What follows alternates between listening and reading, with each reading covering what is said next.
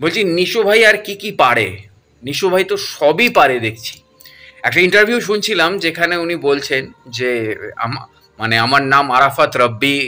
নিশো থেকে আমি একটা ফোন দিয়ে আটলাম এবং ফোন দিয়ে এটে আমার নামটা ওই আরাফাতের রাব্বির এরকম কিছু একটা সামথিং করে আরফান নিশো বানিয়ে দিল।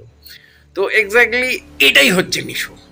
এই এই যে পাগলামি, এই যে বসের মতন, বা এই যে মানে একটু ডিফারেন্ট চিন্তা, মানে সেই যেটা আমি দেখেছিলাম না, আমি আপনাকে বলতাম না যে একটা নাটক আমার খুব ফেভারিট, যেটা হচ্ছে চা খাবেন, নিজের ছবিতে নিজেই মালা দিয়ে বলছে আমি এখন প্রত্যেক দিন মৃত্যু দিন উদযাপন করব। তো এক্স্যাক্টলি মানে এটা কিন্তু বাস্তব জীবনও এই পাগলপন, এই পাগলপনটাই কিন্তু নিশোকে ওই রকম গ্রাসরুট লেভেল থেকে তুলে আনলো এই ওপরে। যেটা মানে একটা জায়গায় আমি বারবার দেখছিলাম যে একটি চ্যানেল একটি ভিডিও বানিয়েছে যে অপূর্ব কেন নিশো হতে পারলো না। কারণ অপূর্বর মধ্যে হয়তো এই পাগলামিটা নেই, নিশোর মধ্যে যে পাগলামিটা আছে, নিশোর মধ্যে যে আগুনটা আছে, নিশোর মধ্যে যে অ্যাগ্রেসিভনেসটা আছে, যেটা আমরা তার এই গানটাতে দেখলাম। এই গানের মধ্যে সে কিন্তু অনেকগুলো মেসেজ দিল যে যতই তোমরা আমাকে আটকাও আমি কিন্তু বারবার উঠে দাঁড়াবো। আমি ম্যাকবেথ করা রামধনু।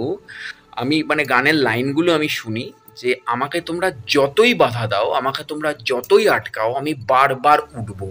তো এক্স্যাক্টলি এটা আমাদের প্রত্যেকের জীবনের জীবন দর্শন, কিন্তু আমাদের প্রত্যেককেই জীবনে কিন্তু আমাদের অনেক চারিপাশের লোকেরা প্ল্যান পলিটিক্স করে আমাদেরকে বাধা দিয়ে আমাদেরকে আটকে রাখার চেষ্টা করে, কিন্তু আমরা সেখান থেকে সেই বাধাটাকে ঠেলে কিন্তু আমরা এগিয়ে যাই আমাদের যার যা ডেস্টিনেশন, যার যা কাজের জায়গায়, যার যার জায়গায়।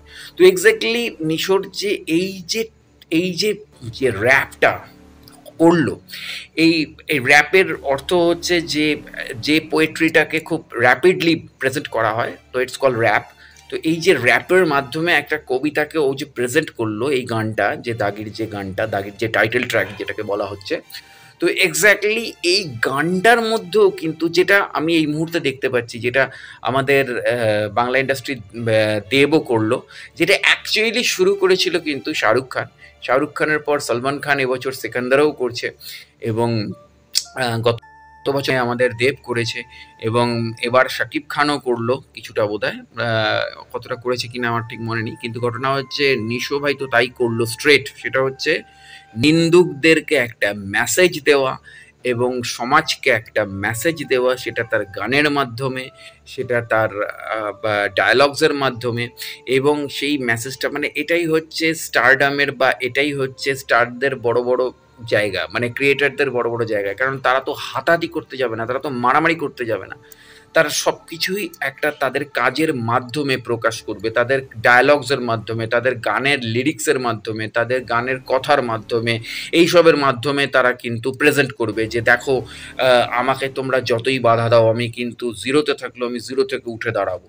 বা আমাকে তোমরা যতই বেঁধে রাখো, বা আমাকে তোমরা যতই দাগি বলে ইয়ে করে দাও, দাগি মানে আমি যতই নাটক থেকে, আমি নাটক করে আসা ছেলে, যতই বলে থাকো, আমি কিন্তু সিনেমা হিট দিয়েছি এবং সিনেমা হিট দেব।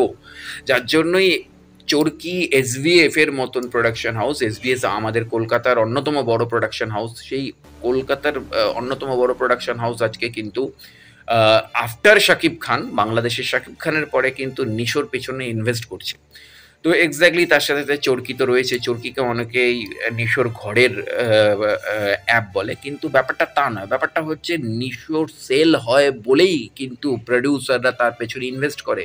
টোটাল ফিল্ম বিজনেস কিন্তু এখানে কেউ বোকা নয়, এখানে কেউ আবেগে চলে না যারা বিজনেস করতে আসে।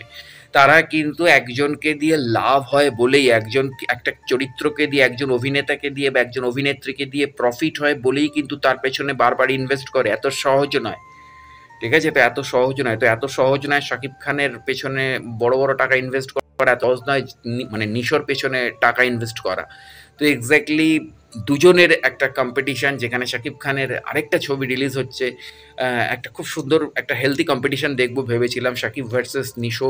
সেখানে শাকিব আরেকটা ছবি তার রিলিজ দিয়ে দিল, তো সেখানে সাকিব ভার্সেস সাকিব হয়ে যাচ্ছে, কিন্তু নিশো সেখানেও আছে। কারণ আমার সবচেয়ে বেশি চিন্তা হচ্ছে যে মাল্টিপ্লেক্সগুলোতে যদি পরপর দুটো শো, সাকিবের শো পেয়ে যায় প্রাইম টাইমে, তাহলে দাগি কোথায় যাবে?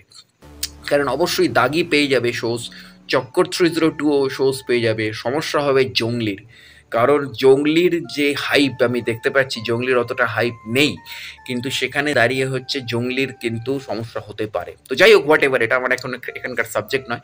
মোটামুটি দাগি দুর্ধর্ষ গান পারফরমেন্স করলো এবং আমার লাইনগুলো শুধু কানে লাগছে, এবং এই লাইনটা তো আমি ম্যাকবেথ করা রামধনু, অসাধারণ একটা লাইন। এবং তার সাথে সাথে নিশো যে পারফরমেন্স, নিশো ভাইয়ের যে গান, নিশো ভাইয়ের যে র্যাপ, এটা মানে ওই যে একটা কথাই বললাম, নিশো ভাই আর কি পারে, আর কি পারে।